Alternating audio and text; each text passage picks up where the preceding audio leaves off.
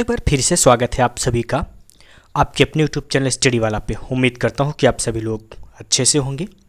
Last class में हम लोग पढ़ रहे थे इजिप्टियन सिविलाइजेशन को, यानी कि मिस्र की सभ्यता को, जिसमें हम लोगों ने लास्ट क्लास में देख लिया था कि मिस्र की जो सभ्यता थी वो मिस्र की सभ्यता किस तरीके की सभ्यता थी, और इसमें खास करके पॉलिटिकल लाइफ तक में हम लोगों ने देखा था कि इनकी जो पॉलिटिकल यानी कि राजनीतिक जीवन था वो किस प्रकार का था और जो सोसाइटी थी वो किस प्रकार की थी। इन सब के बारे में हम लोगों ने कवर कर लिया था। आज देखते हैं कि इनकी फैमिली लाइफ यानी कि जो पारिवारिक जीवन था वो कैसा था। Archaeological exhibitions, inscriptions and officials document tell us a great deal about the life and time of the ancient Egyptian.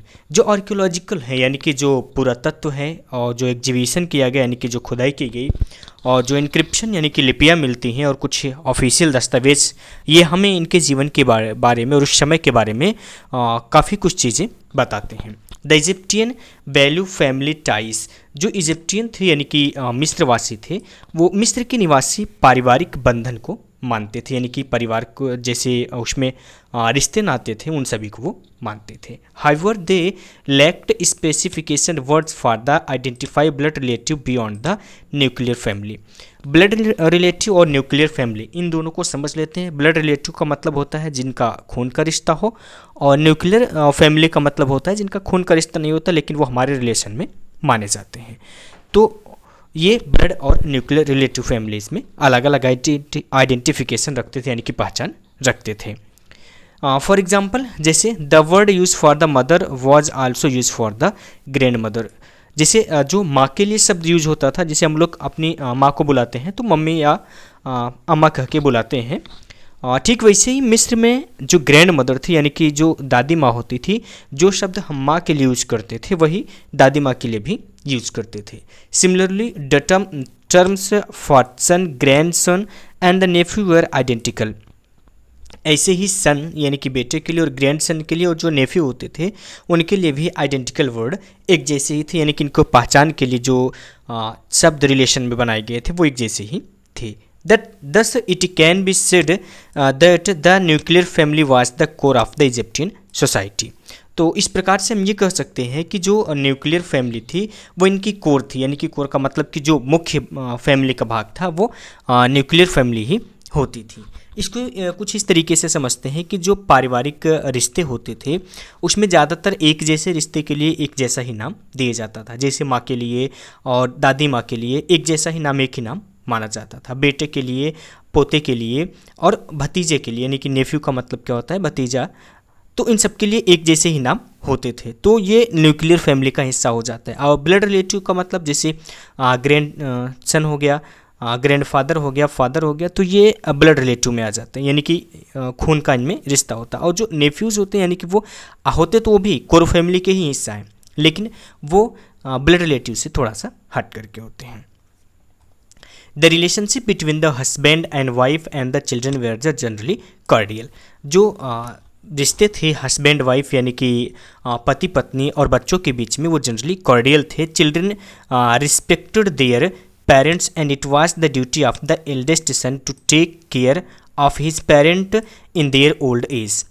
अब जो बच्चे होते थे उनका ये दायित्व होता था कि वो अपने अभिभावक यानी कि मम्मी पापा का सम्मान करें, और जो बड़ा बेटा होता था उसकी ये जिम्मेदारी होती थी कि जब माता पिता बूढ़े हो जाए तो वो उनकी सेवा करे, and to ensure that they receive a proper burial after death. और उसको ये भी सुनिश्चित करना होता था, या उसकी यानी कि बड़े बेटे की ये भी जिम्मेदारी होती थी कि जब माता पिता की मृत्यु हो जाए तो उनके बाद में उनको एक सही ढंग से दफनाया जाए। ब्यूरियल आफ्टर डेथ का मतलब कि मृत्यु के बाद में अच्छे तरीके से उनका अंतिम संस्कार किया जाए। चिल्ड्रन इंजॉयड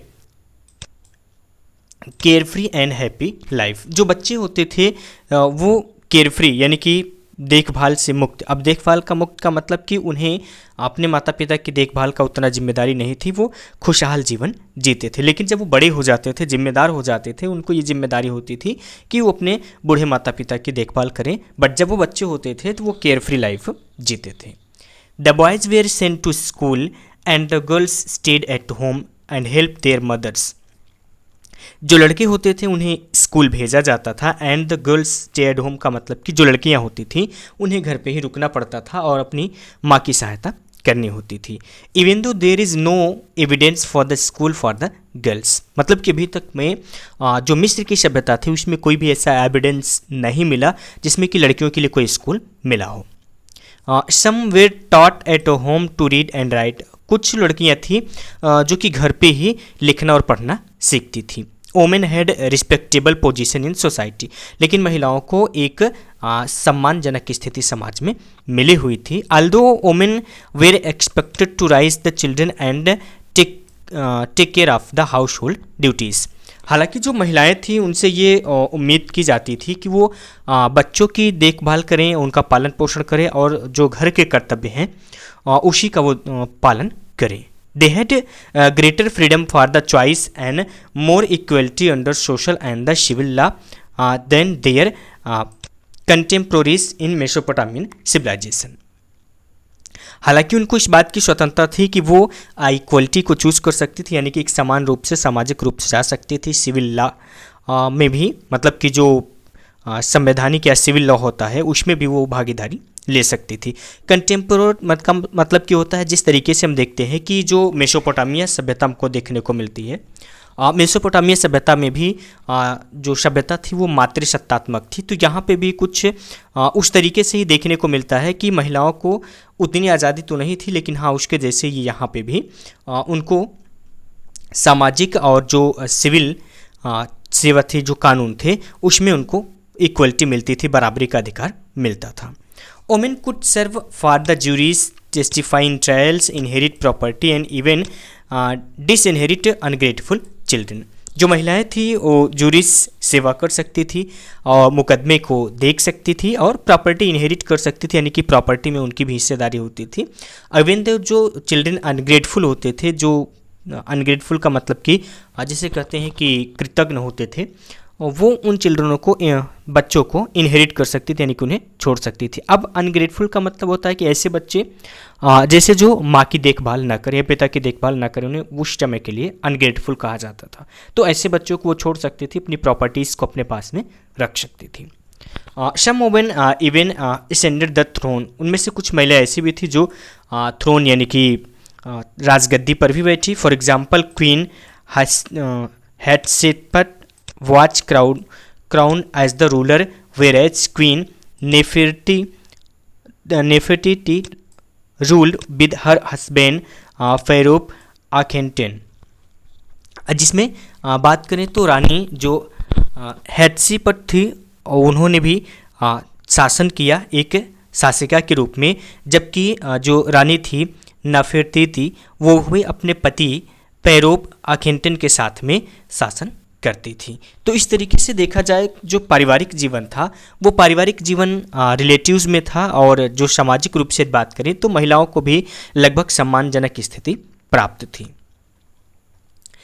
ये इमेज आप देख सकते हैं फेरोह अखेनटेन की है और ये क्वीन नेफरटीटी की है। ये इस तरीके से कुछ इमेज वहाँ पे पाई गई है। अब आगे बढ़ते हैं, देख लेते हैं ये जो इमेज आपको दिखाई दे रही है, इस इमेज में the tomb relief of the depict worker plowing the field, harvesting and the crops and the threshing the grain under the direction of an overseer। कहने का मतलब कि ये एक टॉम के ऊपर का इमेज है। टॉम का मतलब होता है कि वो कब्र के ऊपर का जो एरिया था वहाँ पे पेंटिंग थी, जिसमें अनाज की कटाई, उसकी मड़ाई और दवाई तक का भी चित्र इसमें दिया गया, जिसमें कि एक विशेष रूप से एक व्यक्ति है जो कि केयर टेकर है, जो देखभाल करता है, उसके अंडर में वर्क हो रहा है। इनके बारे में हम लोग डिटेल से पढ़ने वाले हैं। यदि वीडियो इन्फॉर्मेटिव लग रहा हो तो इसे आप लाइक कीजिएगा और ज़्यादा से ज़्यादा इसे अपने फ्रेंड्स के बीच में शेयर कीजिए, और यदि अभी तक अपने चैनल को सब्सक्राइब नहीं किया हुआ है तो चैनल को यार सब्सक्राइब कर लीजिए। चलिए बढ़ते हैं आगे। The ancient Egyptian induct the various game and music. जो एशियंट इजिप्टियन थे यानी कि प्राचीन मिस्रवासी थे, वो विभिन्न प्रकार के खेल खेलते थे और विभिन्न प्रकार के संगीत में उनकी रुचि थी। Board game, juggling and ball game were the popular game. Board game और जगलिंग और बाल गेम जो थी वो इनकी प्रसिद्ध गेम थी। The wealthy member of society enjoyed hunting and the boating in river Nile. जो धनी लोग होते थे, धनाढ़ परिवार के लोग होते थे, समाज के लोग होते थे, वो शिकार करते थे और नील नदी में बोटिंग करते थे, यानी कि नाव पे घूमते थे। तो ये उस समय के लिए इंटरटेनमेंट के लिए कह सकते हैं कि कुछ साधन थे। अब नेक्स्ट देख लेते हैं, जो अगली हेडिंग है वो इजिप्ट वासियों के ऑक्यूपेशन को लेकर के, यानी कि उनका व्यवसाय क्या था। मुख्य रूप से देखा जाए तो हर एक जो सभ्यता देखने को मिलती है उसका व्यवसाय एग्रीकल्चर होता है। तो देखते हैं क्या यहाँ पे भी कुछ ऐसा ही था या इसमें कुछ अलग बातें थी। Agriculture was the main occupation of the people in Egypt. मिस्र में जो लोग थे उनका जो प्रमुख व्यवसाय था, जो प्रमुख पेशा था, वो एग्रीकल्चर ही था, यानी कि खेती करना ही था। The river Nile fertilize the land annually and the number of the canal provided water for the irrigation and made it possible to grow crops throughout the year. अब देखो, जो रिवर नील थी, यानी कि नील नदी इनके लिए एक बहुत बड़े वरदान के रूप में थी, इसीलिए इसे नील नदी के उपहार के रूप में जाना जाता है। ये क्या करती थी कि एनुअली रूप से जो लैंड होती थी, जो ज़मीन होती थी, उसे उपजाऊ बना देती थी, और जो उससे नहरें निकली हुई थी उन नहरों से साल भर सिंचाई के लिए पानी पर्याप्त मात्रा में मिल जाता था, जिससे पूरे साल भर अच्छी फसल हो जाती थी।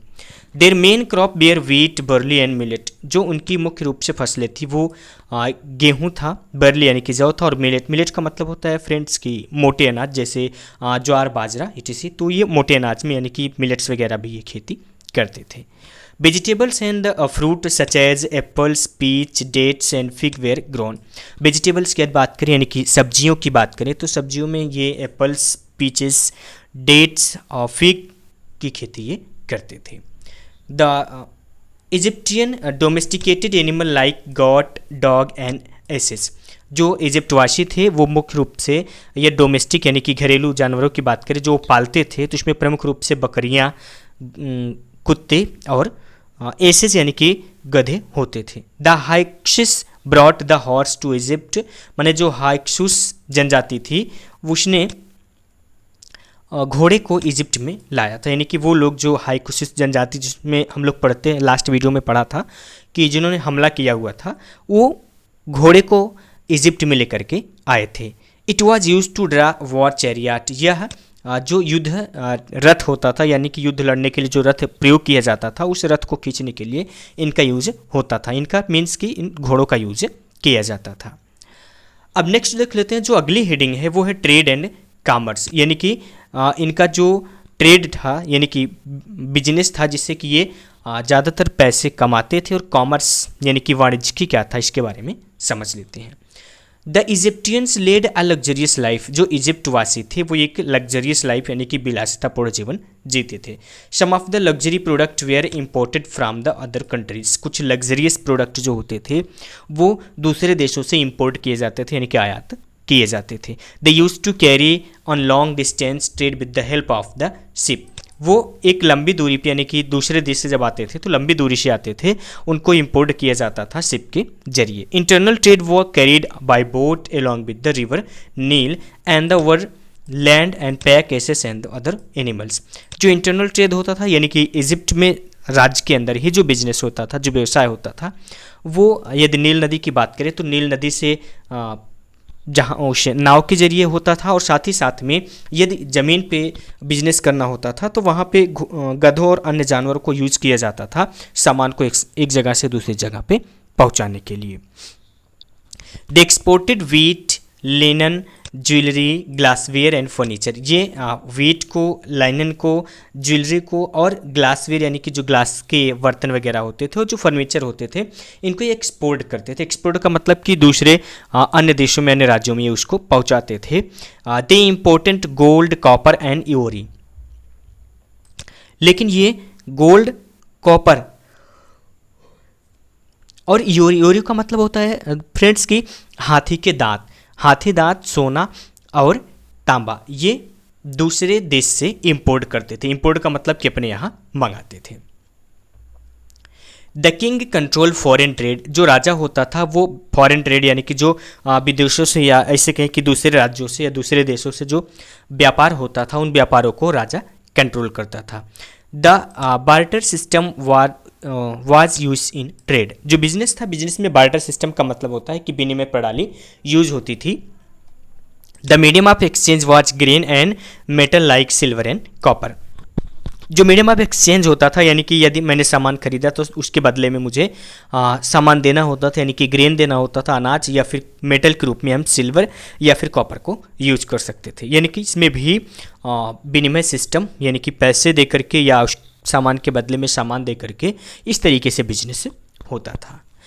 आई होप कि इतनी बातें आपको समझ में आ रही होंगी। चलिए अब नेक्स्ट जो हेडिंग है उसको डिस्कस कर लेते हैं। और नेक्स्ट हेडिंग है आर्ट्स एंड क्राफ्ट। इनकी जो आर्ट्स और क्राफ्ट थी इसके बारे में जान लेते हैं कि क्या आर्ट्स और क्राफ्ट थी। The Egyptian craftsman were skilled artist who produced good to satisfy the taste of the Egyptian nobility.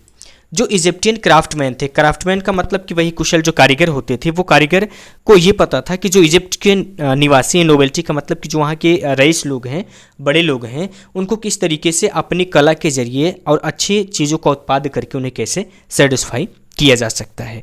These craftsman include potter, goldsmith, weavers, sculptures and painters. I mean craftsman में बात करें तो इनके साथ में potter's भी होते थे, गोल्डस्मिथ भी होते थे, वीवर्स भी होते थे, यानी कि बुनकर, एंड स्कल्पचर का मतलब होता है मूर्तिकार, और पेंटर का मतलब होता है जो पेंट करते हैं। ये सभी मिल करके एक आर्ट और क्राफ्ट के रोल में, यानी कि आर्ट और क्राफ्ट को एक महत्वपूर्ण भूमिका अदा करते थे, उसको निभाने का प्रयास करते थे।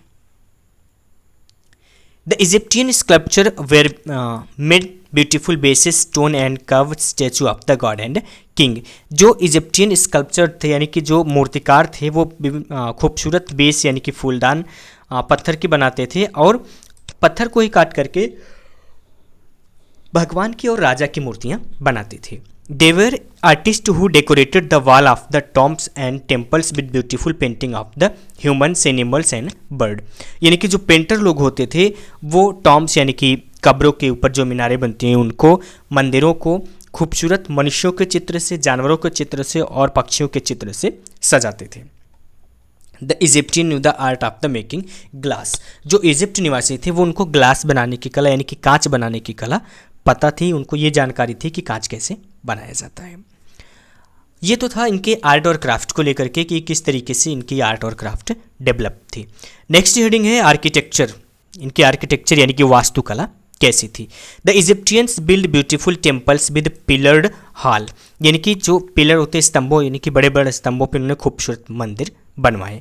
The most famous of this temple is the great temple of the Abu Simbel. अब इनके जो मंदिर थे उनमें सबसे खूबसूरत और सबसे प्रसिद्ध जो मंदिर माना जाता है वो है Abu Simbel, dedicated to the sun god and the temple of the Karnataka.